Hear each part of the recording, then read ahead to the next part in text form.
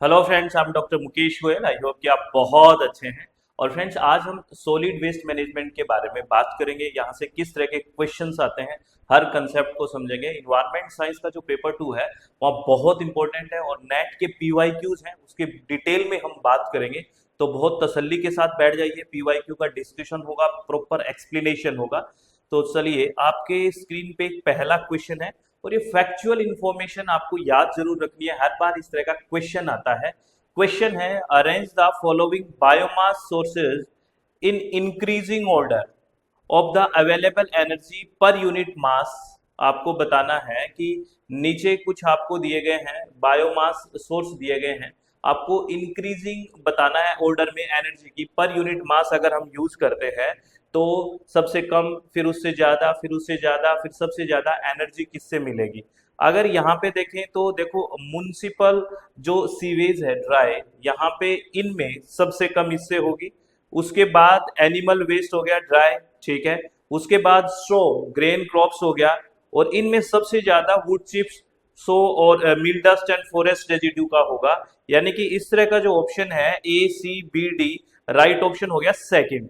देखिए, ये इनमें बहुत ही कम डिफरेंस है। अगर आप वैल्यू चेक करोगे ना, तो आप एक बार, आपसे रिक्वेस्ट है कि आप मुझे वैल्यूज बताना कि अगर पर यूनिट मास हम यूज करते हैं म्युनिसिपल सीवेज का और स्ट्रो का, यानी कि ग्रेन क्रॉप्स का, एनिमल वेस्ट ड्राई और वुड चिप्स, इनका कितना कितना हमें मिलता है, अप्रोक्स आपको पता लग जाएगा। वैल्यू भी आपसे पूछी जा सकती है, लेकिन अगर ऑर्डर पूछे इंक्रीजिंग तो second option will be the right option. अगर आपको ये पूछे कि जो एनर्जी है, अगर हम बात करें यूनिट मास की, जो एनर्जी है उसको डिफाइन कैसे करेंगे। अगर डेफिनेशन की बात करते हैं, कई बार ये डेफिनेशन भी आपसे पूछ लेते हैं। तो ये नोट है, नोट की तरह नोट को संभाल के रखना।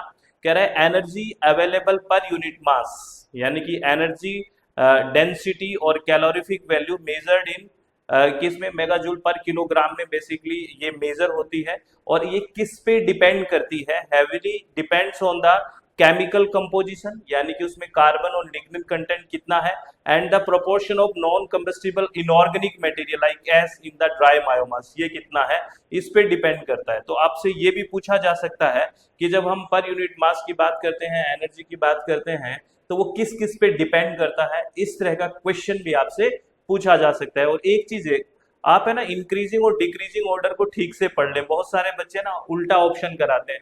इंक्रीजिंग ऑर्डर का मतलब पहले सबसे कम, फिर ज्यादा, फिर ज्यादा, फिर सबसे ज्यादा, इस तरह होता है, ठीक है, इंक्रीजिंग ऑर्डर है ना।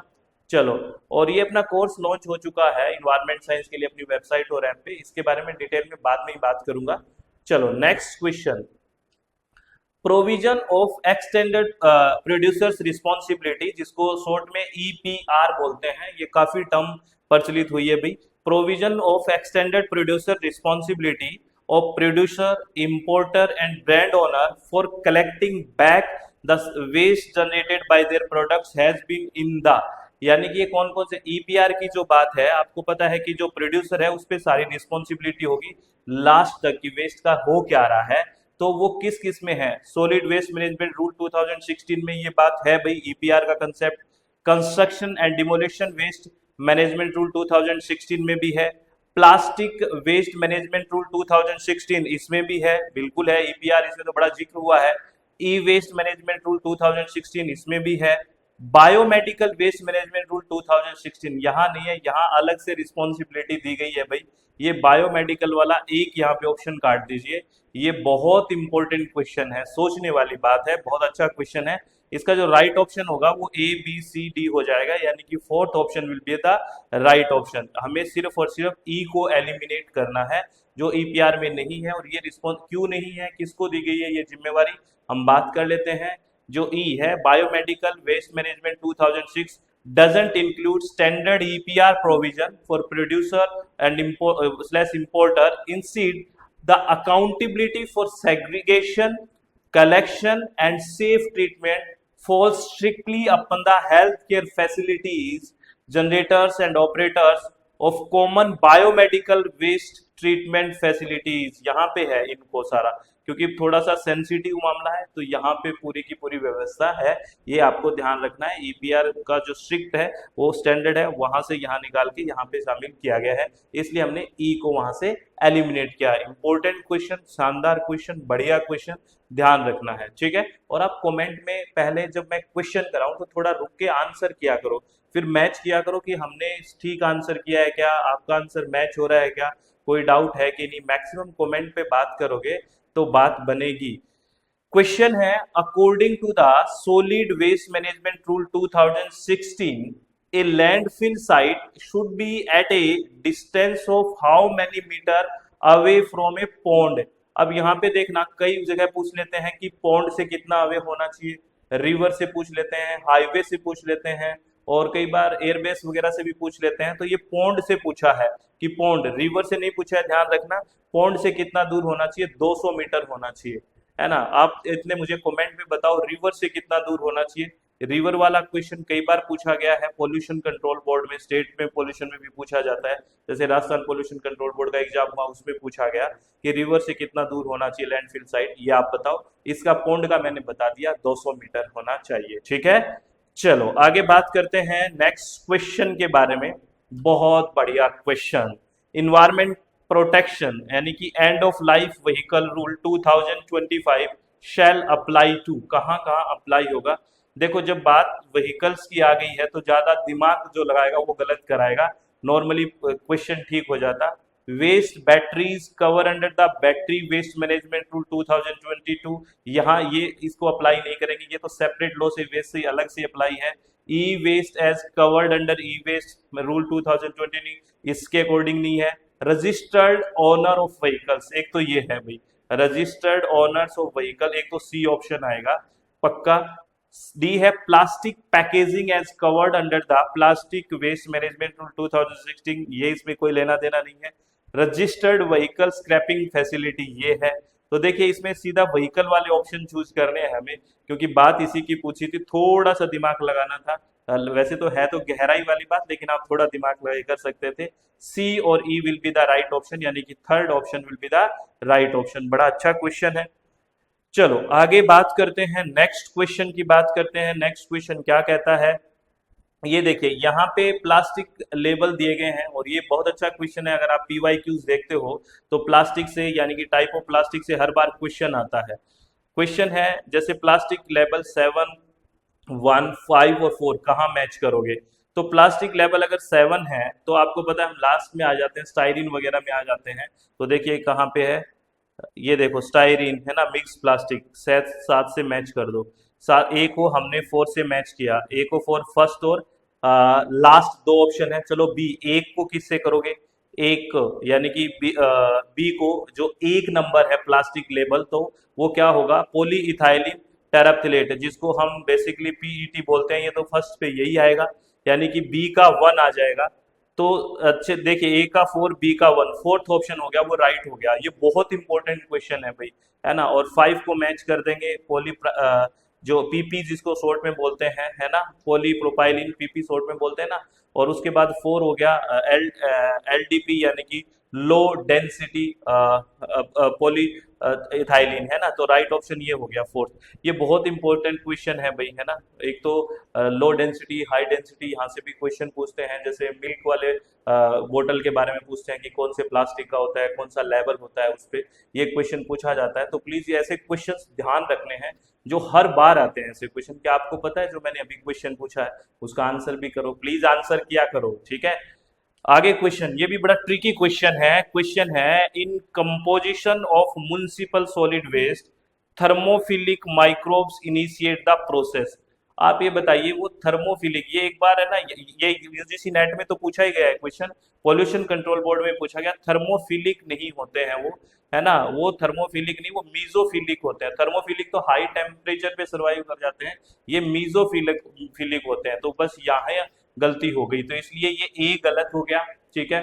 आगे रीजन है, high temperature is required to kill the pathogens, ये बात ठीक है। अगर बहुत ज्यादा टेम्परेचर आप कर दोगे तो पैथोजेंस मर जाएंगे, ये बात ठीक है।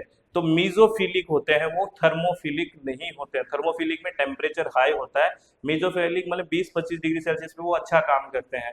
तो ए गलत हो गया, आर ठीक हो गया, तो राइट ऑप्शन कौन सा हो गया? 4, A is not correct but R is correct. बढ़िया क्वेश्चन है ना? थोड़ा सा मतलब यूं कह सकते हो थोड़ा सोचना है ना क्वेश्चन को। सर सोचने वाले तो सारे ही क्वेश्चन होते हैं, ठीक है। देखिए असर्शन क्यों इनकरेक्ट है? इनिशिएटेड बाय मीजोफिलिक माइक्रोब्स, ये आ जाना था। और वो तो ठीक है ही, आर तो बिल्कुल सिंपल टर्म है, हम हमेशा ही पढ़ते हैं, इसमें तो कोई दोहराई की बात नहीं है। और आप बताओ, मैंने अभी ये टेम्परेचर बातों बातों में बताया ही था कि मीजोफिलिक में हम कितना टेम्परेचर लेते हैं।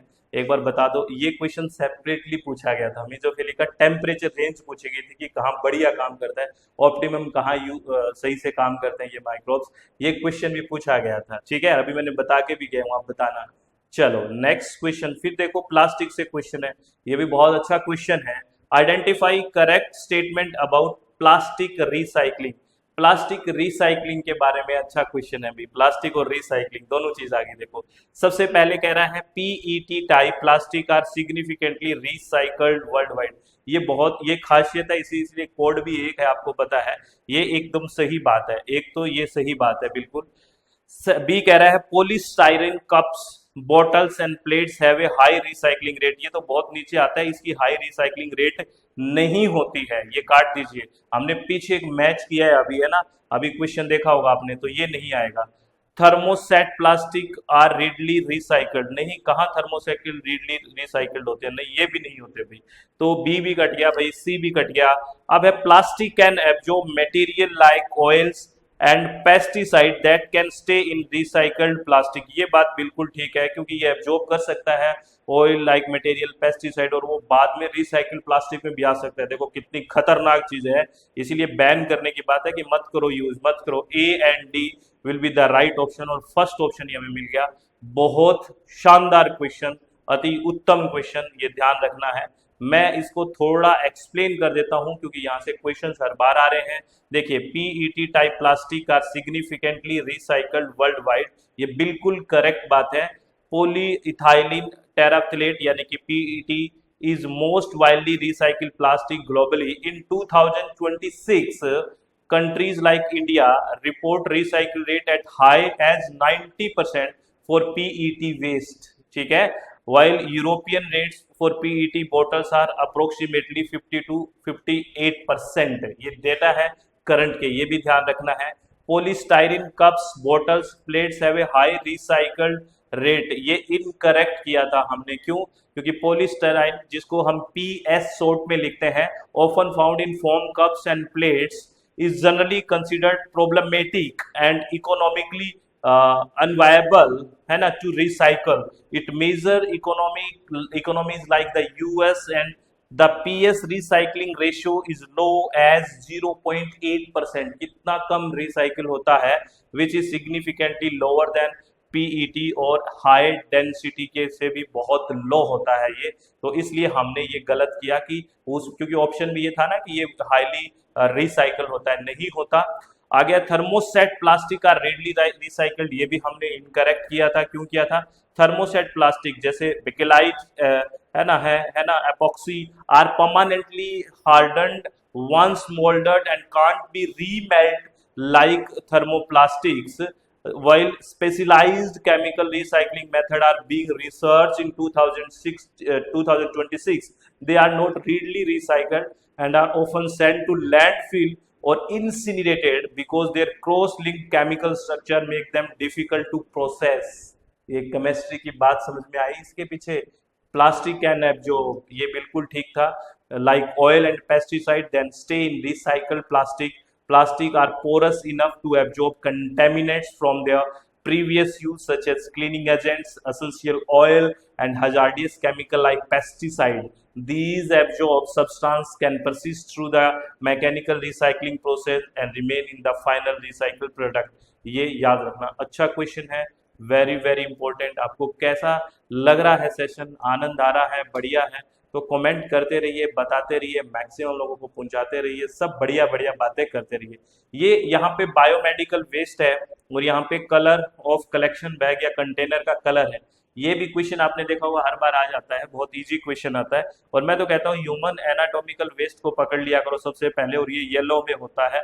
आप देखा करो कहीं एक ही ऑप्शन से बात तो नहीं बन जाए। सी का 1 है, आप देखिए आओ, देखो सी का 1 सिर्फ और इसी में है। देखो देखो आराम से क्वेश्चन बन गया ये, बिल्कुल आराम से। ए का 3, बी का 4, सी का 1, डी का 2, यानी कि राइट ऑप्शन 2 आ गया। और आपसे एक बार ये भी पूछा गया क्वेश्चन था कि अकॉर्डिंग टू दिस रूल आपको ये बताना है कितने कलर, अभी रिसेंटली एग्जाम हुआ था, आपको पता है राजस्थान पोल्यूशन कंट्रोल बोर्ड का, उसमें नंबर कितने कलर यूज किए जाते हैं। जैसे हमने येलो, व्हाइट, रेड, ब्लू करा, इस तरह और कौन कौन से कलर होते हैं, टोटल कलर कितने होते हैं, ये पूछा गया था। नंबर ऑफ टोटल कलर्स 4, 5, 6, 7, बताइए, ये ऑप्शन है आपको कितने, 4, 5, 6, 7, टोटल कितने कलर के बैग होते हैं बताइए। ये क्वेश्चन है और ये रिसेंटली पूछा गया था, और आपसे स्टेटमेंट के तौर पे भी पूछा जा सकता है नेट के एग्जाम में, तो ये भी आपको ध्यान रखना है। ठीक है, आगे क्वेश्चन है, ये इंसिनरेटर के बारे में है। Identify the waste incinerator commonly categorized according to combustion chamber, है ना। आपको क्या करना है, वेस्ट इंसिनरेटर जो कैटेगराइज किया गया अकॉर्डिंग टू कंबशन चैम्बर वो बताना है। रोटरी किल्न है, ठीक है, मूविंग ग्रेट है, फिक्स हार्थ है और फ्लोराइज्ड बेड है। तो चारों ही हो गया, ए बी सी डी, ये बिल्कुल ठीक ऑप्शन है। लास्ट ऑप्शन है वो सारा सबको लेके जाएगा, यानी कि ए बी और सी डी को, चारों को। और ये होता क्या क्या है ये भी हम पढ़ लेते हैं, बेसिकली क्या है ये। नाम ऊपर से तो नहीं चले गए, नहीं चले गए सर, नहीं जाने देंगे, ऊपर से जाएंगे तो हम खड़े हो जाएंगे, नाम अटक जाएंगे। जैसे देखिए, rotary kill features A cylindrical rotating combustion chamber slightly incline on an axis. क्या है देखिए, features A cylindrical rotating combustion slightly inclined on an axis. ये बातें पढ़ते हुए थोड़ा दिमाग खराब हो सकता है, थोड़ा ऐसा लग सकता है कि क्या हो रहा है। थोड़ा सा जो अपना इजी कंफर्ट जोन बना लिया उससे बाहर आइए, चीजों को पढ़ना पड़ेगा। The mechanical rotation constantly turn the waste material providing continuous mixing and highly uniform thermal exposure। इसलिए इंक्लाइन होके वो मूवमेंट करता रहता है ना, तो मिक्स होता रहता है, स्लाइटली इंक्लाइन ऑन एक्सिस, है ना। तो ये मैकेनिकल रोटेशन होता है, इसलिए कॉन्स्टेंटली टर्न होता है वेस्ट मटेरियल और कंटिन्यूस मिक्सिंग होती है और इससे यूनिफॉर्म थर्मल एक्सपोजर होता है। This setup makes it ideal for hazardous clinical and industrial chemical waste. और मूविंग ग्रेट की बात है, the combustion chamber feature a step moving mechanical grate assembly। The waste move continuously or progressively through distinct drying, ignition and burning zone inside the chamber। moving grate ये भी आपको याद रखना है ना। और उसके बाद हम बात करें फिक्स हार्थ की बात करें, यूटिलाइज स्टेशनरी, यहाँ पे रुकी हुई बात आ गई है, देखिए स्टेशनरी, है ना, non moving refractory surface hearth inside a controlled primary chamber, है ना। Waste is typically fed in batches and burn under starved oxygen condition, यानी कि पायरोलाइटिक और कंट्रोल्ड एयर कंबशन होता है यहाँ पे, making it widely reliable for smaller scale, है ना, installation such as pathological and bio medical waste unit. ये सब आपको याद रखना है चीजें, यहाँ से क्वेश्चंस आते हैं। और फ्लूइडाइज्ड बेड की बात करें, the combustion chamber feature a bed of granular inert material such as silica and alumina. ये भी पूछ लेते हैं कि किसका बना होता है। Suspended in a turbulent state by an energetic upward stream of hot air, the waste is injected directly into the this fluid like bed, achieving excellent heat transfer and highly efficient uniform combustion for specialized homogeneous feed like waste water treatment sludge. ये देखिए बहुत important बातें, थोड़ा सा हो सकता है कि आपका दिमाग में ऐसा चक्कर आ गया हो, ये क्या क्या बातें, आराम से रुक के सुनोगे, पढ़ोगे, देखोगे, याद हो जाएगा। शानदार क्वेश्चन था, ठीक है। आगे बात करते हैं, नेक्स्ट क्वेश्चन है, ये भी बहुत ही बढ़िया क्वेश्चन है। क्वेश्चन है, according to hazardous waste management rule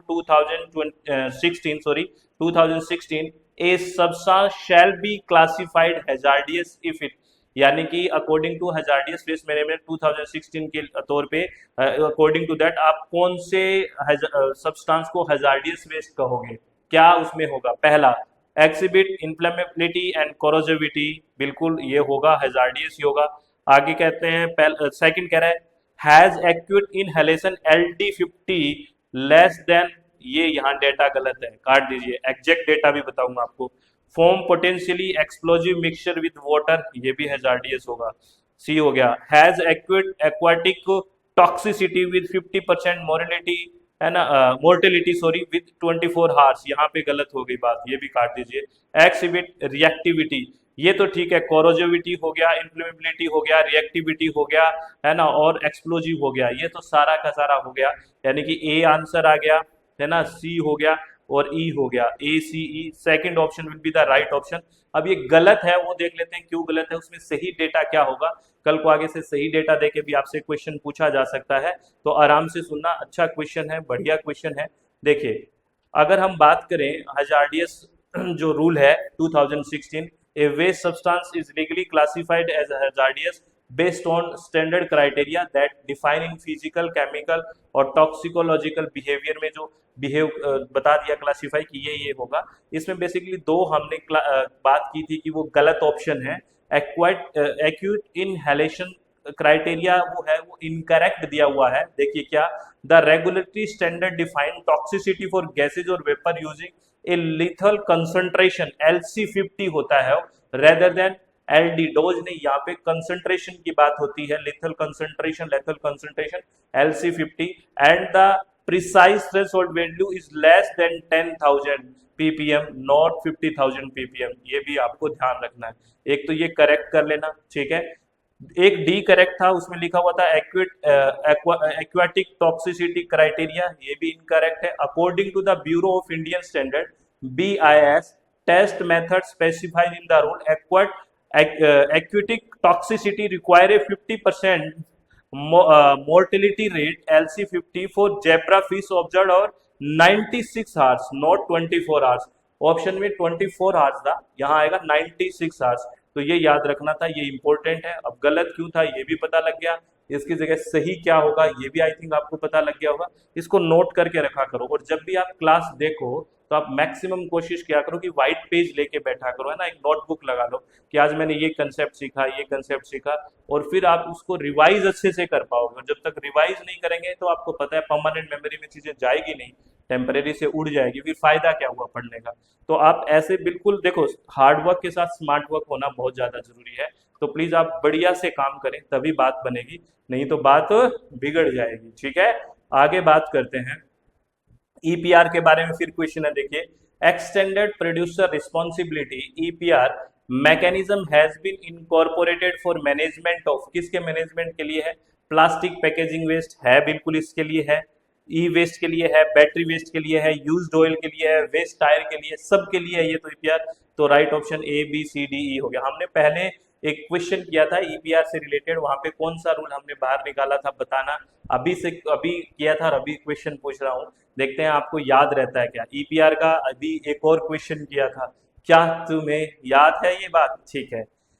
next question, ये तो मैंने होमवर्क दिया था आपको, जब पॉन्ड का मैंने बताया था क्वेश्चन था, अब रिवर का वाला सही होगा इसमें। देखो ये ना, देखो, which of the following correct criteria for site selection of sanitary landfill according to solid waste management rule 2016, at least 100 meter away from the river, 100 meter away होता है रिवर से, बिल्कुल है, हाईवे है ना, ये सब आपको हमने बताया था। एयरपोर्ट से, आप एयरपोर्ट से बताओ कितने का होता है। अब मैंने आपको पीछे पौंड का बता दिया था, ठीक है, रिवर का इसमें बता दिया, रिवर का बहुत पूछा जाता है, अब आप एयरपोर्ट से बता दो, ठीक है, प्लीज बताना, सबको पता है क्या कि कितनी दूर होना चाहिए लैंडफिल साइट, बताओगे, हाँ जी बताएंगे, चलो ठीक है फिर, बहुत बढ़िया। Next question, in which component of life cycle analysis, बहुत बहुत बढ़िया question, LCA, life cycle analysis is the flows of materials quantified, ये कीवर्ड देखना है आपको कि किस में आता है, क्या है, in which component of life cycle analysis, पहले आपको लाइफ साइकिल एनालिसिस बताऊंगा मैं क्या होता है, is the flows of materials quantified, ये होता है इन्वेंट्री एनालिसिस, है ना, इसमें राइट ऑप्शन थर्ड आ जाएगा। कैसे आया, इसको कंसेप्ट को समझना बढ़िया से। बेसिकली क्या है, according to standardize ISO 14040 framework for life cycle assessment LCA, the methodology consist of 4 components. कितने कंपोनेंट्स है? 4। ये याद रखने हैं। ये चारों कंपोनेंट आपको सीक्वेंस में लगाने के लिए भी पूछ सकते हैं, कौन कौन से होते हैं ये भी पूछा जा सकता है। पहला है goal and scope definition, clarify the purpose, system boundaries and functional unit of the study. सबसे पहले गोल क्या है, स्कोप ऑफ डेफिनेशन ये रखेंगे। उसके बाद है LCI यानी कि लाइफ साइकिल इन्वेंट्री एनालिसिस, जिसमें हमने ऑप्शन राइट किया है। देखियो, this is step where the flows of materials, यही पूछा है ना आपसे कि किस में होगा, flows of material, energy, raw material, products and emission like air, water and land are input output complied in quantified across the entire life cycle. तो फ्लोज ऑफ मटेरियल कहाँ कितना क्वांटिफाई होगा, कहाँ कितना इमिशन हुआ, ये सब फ्लो कितना हुआ, ये किस में आएगा, LCI में आएगा, लाइफ साइकिल इन्वेंट्री में, इसीलिए वो ऑप्शन गया। फिर है LCIA यानी कि life cycle impact assessment, evaluate the significance of potential environment impact based on the LCI flow result, यानी कि कितना फ्लो हुआ है, उसका इम्पैक्ट क्या आया, ये नेक्स्ट में हो जाएगा। फिर लाइफ साइकिल इंटरप्रिटेशन, इसकी व्याख्या आ जाएगी फोर्थ में। इंटरप्रेट फाइंडिंग, जो भी रिजल्ट आया उसकी व्याख्या करना, इंटरप्रेट करना, क्योंकि असेसमेंट आ गया उसके बाद इंटरप्रेट करेंगे to make inform decision to product improvement. तो ये 4 स्टेप है, चारों याद रखना है। और फ्लो ऑफ मटेरियल पूछा था, वो किस में आ गया, LCI में आ गया, याद रहेगा। बढ़िया कंसेप्ट है, अच्छे से सोच समझ के करना है। और इसको नोट डाउन भी कर लो, मैं पानी पी लो इतने, ठीक है। चलो आगे बात करें। नेक्स्ट क्वेश्चन, ये बढ़िया क्वेश्चन, सर कोई बढ़िया ही है क्या सारे? यार सारे बढ़िया है, रिसेंटली एक क्वेश्चन अलग अलग एग्जाम में, यूजीसी नेट के एग्जाम में पूछे हुए क्वेश्चन है। As per occupational safety and health administration, hazard communication pictogram, वो पिक्चर सी होती है ना जब कोई ट्रक वगैरह आसपास जाता है उसमें होता है, देखा हुआ आपने, pictogram of flame over circle represent the hazardous waste to be an. आपने देखा होगा फ्लेम है ना, और सर्कल के ऊपर वो क्या शो कर रहा है, कौन सा वेस्ट है इसमें, ऑक्सीडाइजर। कौन सा है, ऑक्सीडाइजर है इसमें कोई, ऐसा याद करो। मैं आपको वो पिक्टोग्राम दिखाता हूँ, है ना, फिर आपको याद आ जाएगा। बेसिकली आपने ये देखा होगा, इस तरह के साइन देखे होंगे, ये इसके बारे में कह रहा है, फ्लेम ओवर सर्किल, ये ऑक्सीडाइजर होता है, ठीक है। जैसे ये आपने देखा होगा कार्सिनोजन होता है, ये हेल्थ हजार्ड के लिए होता है। ये फ्लेम देखे होगे आप, फ्लेमेबल होता है ऐसा, है ना। और आपने ऐसा देखा होगा एक्सक्लेमेशन मार्क्स होता है ना, स्किन और आई के लिए इरिटेंट हो सकता है ये। गैस सिलेंडर देखा होगा, गैसेज एंड प्रेशर की बात करता है, इस तरह से साइन देखे होंगे। ये कोरोजिव इफेक्ट होता है इसका, ठीक है। और ये बॉम्ब वगैरह एक्सप्लोजिव होते हैं, ये होता है। एक्वाटिक टॉक्सिसिटी होता है, इन्वायरमेंट, है ना, एक्वाटिक टॉक्सिक। और स्कल और कार्बन बॉन्ड्स आपने देखे होगी, ये एक्विड टॉक्सिसिटी के लिए होता है, फेटल और टॉक्सिक, और ये ऑक्सीडाइजर। तो ये इसका स्क्रीनशॉट ले सकते हो, इसको आपको याद रखना है, ये बहुत इंपॉर्टेंट है, अभी बहुत ज्यादा इंपॉर्टेंट है। यहाँ से भी क्वेश्चन पूछ लेते हैं कि इस तरह का साइन है तो आप क्या समझोगे, तो इसमें सारी बातें लिखी हुई है, ये आपको ध्यान रखनी है। आगे बात करते हैं नेक्स्ट क्वेश्चन, ये असर्शन रीजनिंग का क्वेश्चन है। असर्शन कह रहा है रिफ्यूज डिराइव्ड फ्यूल, है ना, RDF, refuse derived fuel from municipal solid waste has higher energy content than raw municipal solid waste. बिल्कुल होता है, जो बेसिकली क्या करते हैं, रिफ्यूज ड्राइव फ्यूल, उसको कंसंट्रेट हो जाता है ना, उसको इकट्ठा कर देते हैं, तो हायर एनर्जी होगी। क्यों होगी इसमें देखते हैं, नीचे रीजन क्या है, combustible organic material gets concentrated, यही बात कह दी ना, in the fuel pellets produce from municipal solid waste. तो असर्शन भी ठीक है, रीजन भी ठीक है, बिल्कुल ठीक है, और सही से एक्सप्लेन कर रहा है कि क्यों हो रही है। तो राइट ऑप्शन कौन सा आ जाएगा, इसका first option will be the right option. Both A and R true and R is the correct explanation of A. बहुत शानदार, बहुत बढ़िया, सही क्वेश्चन है, ठीक है। चलो नेक्स्ट क्वेश्चन कह रहा है municipal solid waste rule 2000 were replaced by. देखो ये थोड़ा सा ना ऑफिशियली क्या बोला जाता है, किससे रिप्लेस हुआ है, municipal solid waste management and handling rule 2000 किससे रिप्लेस हुआ है, ये रिप्लेस हुआ है सॉलिड वेस्ट मैनेजमेंट रूल 2016 से। सेकंड ऑप्शन राइट होगा, याद रखना, सॉलिड वेस्ट मैनेजमेंट रूल 2016 से रिप्लेस हुआ है। ये इंपॉर्टेंट है, ये बहुत कंफ्यूजिंग है भाई, कंफ्यूज हो जाते हैं, कंफ्यूज नहीं होना है, ठीक है।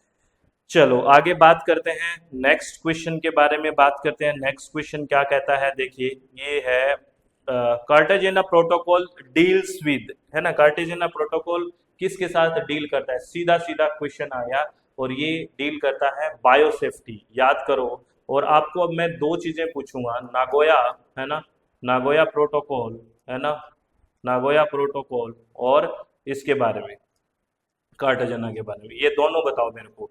प्लीज कमेंट किया करो, बताया करो आप इनके बारे में क्या जानते हो, ये कब आए, किसके बारे में था। कार्टाजना की मैंने बात की है, आपसे नागोया पूछा जा सकता है, थोड़ा रिलेट करता है यहाँ से सारी बातें, इसलिए मैंने वही पूछा।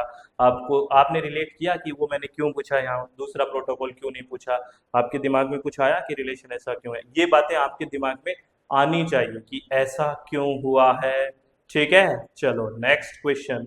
नेक्स्ट क्वेश्चन है, which method is most appropriate for separating tin cans from aluminium cans in municipal solid waste. जो टिन के कैन हैं और एल्यूमिनियम कैन है, म्युनिसिपल सॉलिड वेस्ट में उसको सेपरेट करना है, अलग करना है, तो क्या करोगे, सीधा सीधा कर देंगे सर, मैग्नेटिक फील्ड सेपरेशन करेंगे, मैग्नेटिक फील्ड सेपरेशन, सीधा सीधा हो जाएगा, इसमें तो कोई दोराई नहीं है ना। क्यों हो जाएगा, क्योंकि चीजें चिपक जाएगी, अलग हो जाएगी, सीधी सी बात है। तो यहाँ पे लिख भी दिया है, material properties, tin cans are actually made of steel coated with thin layer of tin making them ferromagnetic, यानी कि अट्रैक्ट टू मैग्नेट, ये मैग्नेट से अट्रैक्ट होएगा क्योंकि दीज आर फेरोमैग्नेटिक, है ना।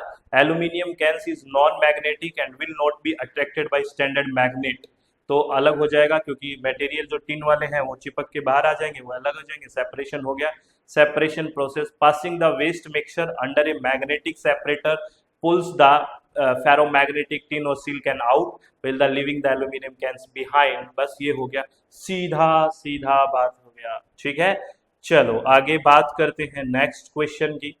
नेक्स्ट क्वेश्चन है, the term use to describe, देखो ये इस टर्म को देखना कैसे डिस्क्राइब किया गया, बहुत अच्छा है, यहाँ बड़ा बच्चों को कंफ्यूजन में आया था। क्वेश्चन है, the term use to describe the act of recovering material from the waste stream and reprocessing them so that they can be used as a raw material for new application is called as, क्या है, एक बार दोबारा पढ़ने का मन कर रहा है, आप देखना क्या कह रहा है। The term use to describe the act of recovering material from the waste stream and reprocessing them so that they can be used as a raw material for new application is called as recycling। क्या है ये recycling है। किसको describe कर रहा है, ये recycling को। बहुत बहुत इंपॉर्टेंट है, बहुत बहुत इंपॉर्टेंट बात है, प्लीज ये ध्यान रखना, बहुत इंपॉर्टेंट है। ठीक है, अब यहाँ इजी लग रहा है आपको, वहां सोचते हैं सर रीयूजिंग आएगा क्या, ये आएगा क्या, वहां कंफ्यूजन हो जाता, मुझे पक्का पता है, ये आर कंफ्यूजन करवा देते हैं। ठीक है, नेक्स्ट क्वेश्चन। अब इस क्वेश्चन की लैंग्वेज में है ना थोड़ा गड़बड़ दिमाग हो जाएगा। क्वेश्चन देखिए क्या है, the input approaches in the strategy for reducing solid waste don't involve, input में इन्वॉल्व कौन सा नहीं है, ये है ना, यहां तक बात ठीक चल रही थी, डोंट इन्वॉल्व कर दिया। The input approaches in the strategy for reducing solid waste don't involve, कौन सा इन्वॉल्व नहीं है इनपुट में, यानी कि आउटपुट कौन सा है, रिड्यूस्ड कंजप्शन, ये इनपुट अप्रोच है। इंक्रीज प्रोडक्ट ड्यूरेबिलिटी, ये भी इनपुट अप्रोच है। Decrease material decreased material in product, ये भी इनपुट अप्रोच है। तो आउटपुट कौन सा बच गया, यही है environmentally safe disposal of waste. ये तो प्रोडक्शन हो गया, तो डिस्पोजल की बात आ गई ना, तो ये आउटपुट की बात आ गई। पहले शुरू वाली बात तो होली सारी इनपुट वाली, अब लास्ट बात है डिस्पोजल वाली, तो आउटपुट में आता है, यानी कि environmentally safe disposal of waste. Fourth option will be the right option for this question. बहुत शानदार क्वेश्चन है, इसको थोड़ा मैं बता भी देता हूं आपको, और सुन लो अच्छे से।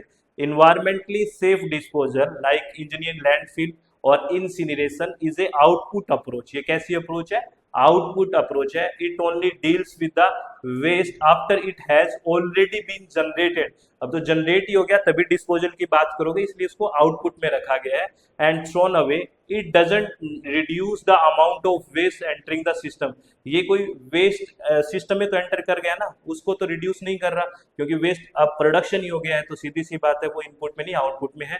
ये इनपुट अप्रोच है जो बेसिकली वेस्ट जनरेट होने से को बचाते हैं कि कम से कम वेस्ट जनरेट हो, जैसे reduced consumption, buying less naturally limit the amount of initial waste generated, यानी कंजप्शन ही आप कम करो, इंक्रीज्ड प्रोडक्ट ड्यूरेबिलिटी, यानी कि making product last longer delay from entering the waste stream, यानी कि प्रोडक्ट ड्यूरेबिलिटी, लंबे चले प्रोडक्ट तो बार बार खरीदना ना पड़े।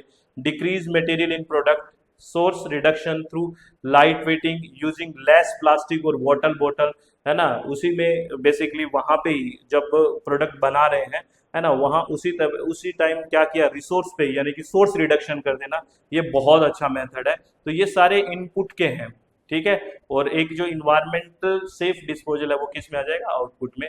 यही क्वेश्चन पूछा गया था, ये ध्यान रखना है आपको। चलो आगे बात करते हैं नेक्स्ट क्वेश्चन के बारे में। नेक्स्ट क्वेश्चन क्या कह रहा है, देखिए क्वेश्चन को बहुत आराम से पढ़ना, आप थोड़ा सा टाइम क्वेश्चन पढ़ने पे लगाया करो, जब तक आपको ये समझ नहीं आएगा कि हमारे पास प्रॉब्लम क्या है तो प्रॉब्लम का सॉल्यूशन नहीं होगा। पहले प्रॉब्लम को अच्छे से समझो। प्रॉब्लम है technique in waste management is mainly accomplished in situ and include soil washing and the extraction of contaminant vapor from soil for highly volatile water insoluble contaminants such as gasoline। क्या कह रहे हैं, technique in waste management is mainly accomplished in situ and include soil washing and the extraction of contaminant vapor from soil for highly volatile water insoluble contaminants such as gasoline। This is mobilization। क्या होता है, ये mobilisation होता है। बहुत बढ़िया question है, important question है, ये टर्म आपको आनी चाहिए, है ना, मोबिलाइजेशन, है ना। बेसिकली ये क्या है फिर मैं थोड़ा सा बता देता हूँ। Mobilization involve technique that increase the moment solubility और volatility of chemical contaminants so they can be separated and extracted from the environment। extract किया जा सके, जैसे soil washing, flush soil using liquid solution to physically dissolve and free up the contaminants bound to soil particles। soil vapor extraction SVE, apply a vacuum to pull highly volatile water insoluble contaminants like gasoline out from the air gaps between soil grains. बहुत बहुत important बात है अभी, please ध्यान रखना। Mobilisation इसका answer था, बहुत बढ़िया क्वेश्चन था, ठीक है। आगे बात करते हैं, नेक्स्ट क्या है क्वेश्चन। ये क्वेश्चन कई बार आपके नेट के एग्जाम में हुआ है, रिपीट, बहुत बढ़िया क्वेश्चन है। In waste pollution prevention hierarchy arrange the following the most preferred to the least preferred option, यानी कि आपको मोस्ट प्रेफर्ड से लीस्ट प्रेफर्ड ऑप्शन में जाना है ना। लीस्ट प्रेफर्ड कहने का मतलब है वेस्ट का पोल्यूशन प्रिवेंशन करना है आपको, कि वेस्ट कम से कम पोल्यूशन करे, ये चीज करना है। तो आप सबसे चीज प्रेफर क्या करेंगे और सबसे कम प्रेफर क्या करेंगे। तो सबसे ज्यादा प्रेफर तो मैं क्या करूंगा कि मैं चीज को रिसाइकिल और रीयूज कर लूं, जिससे वेस्ट जनरेट ना हो और जिससे वेस्ट का पोल्यूशन नहीं होगा। तो सबसे मोस्ट प्रेफरल तो होगा ये रिसाइकलिंग और रीयूज, सी सबसे पहले होगा। तो ये दो ऑप्शन तो घट गए। उसके बाद मैं क्या करूंगा, उसके बाद मैं करता हूं उसके बाद है कि वेस्ट कंसंट्रेशन है या फिर वेस्ट सेपरेशन है।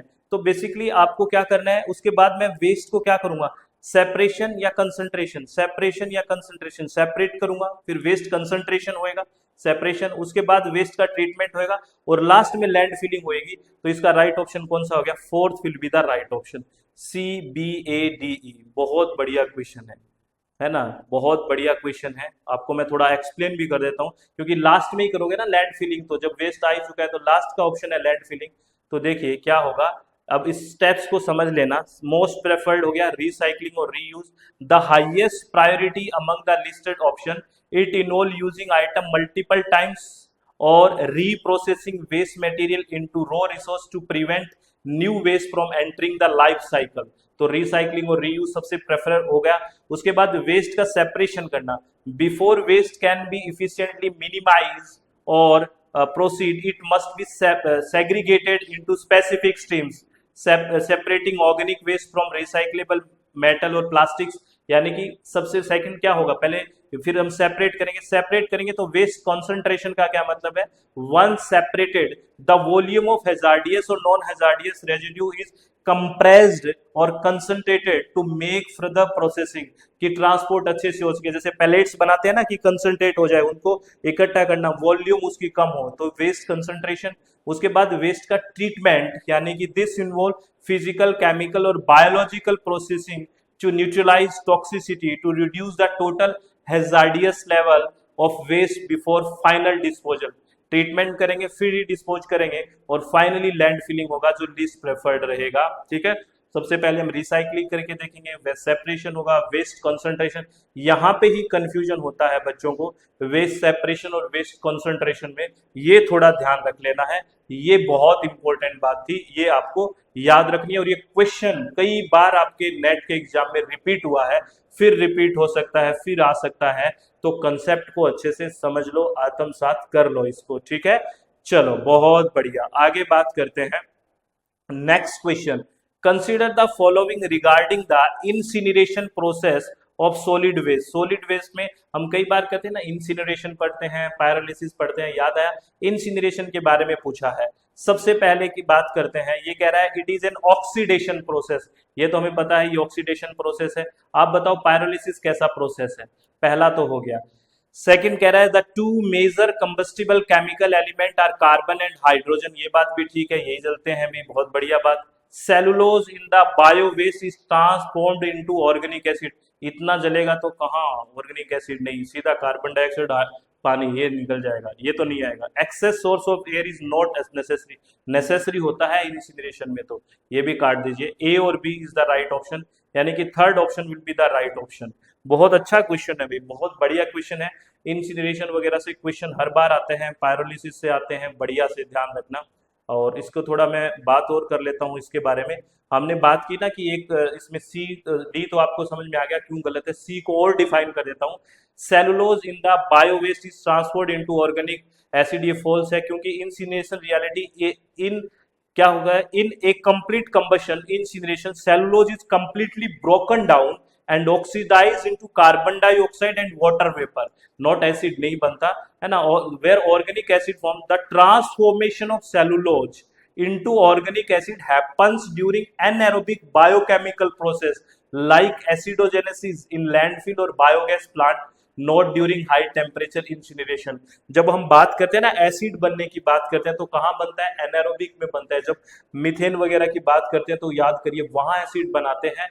हाई टेम्परेचर इंसिनरेशन में एसिड नहीं बनता, सीधा कार्बन डाइऑक्साइड और वाटर वेपर होता है इंसिनरेशन में। ठीक है, इसलिए वो गलत था। बहुत अच्छा, बहुत शानदार क्वेश्चन है, ये ध्यान रखना है। ठीक है, आगे बात करते हैं। ये तो बहुत सिंपल क्वेश्चन है, जब इतने बढ़िया क्वेश्चन कर लिया आपने। क्वेश्चन है which of the following are the dominant product of anaerobic digestion of municipal solid waste.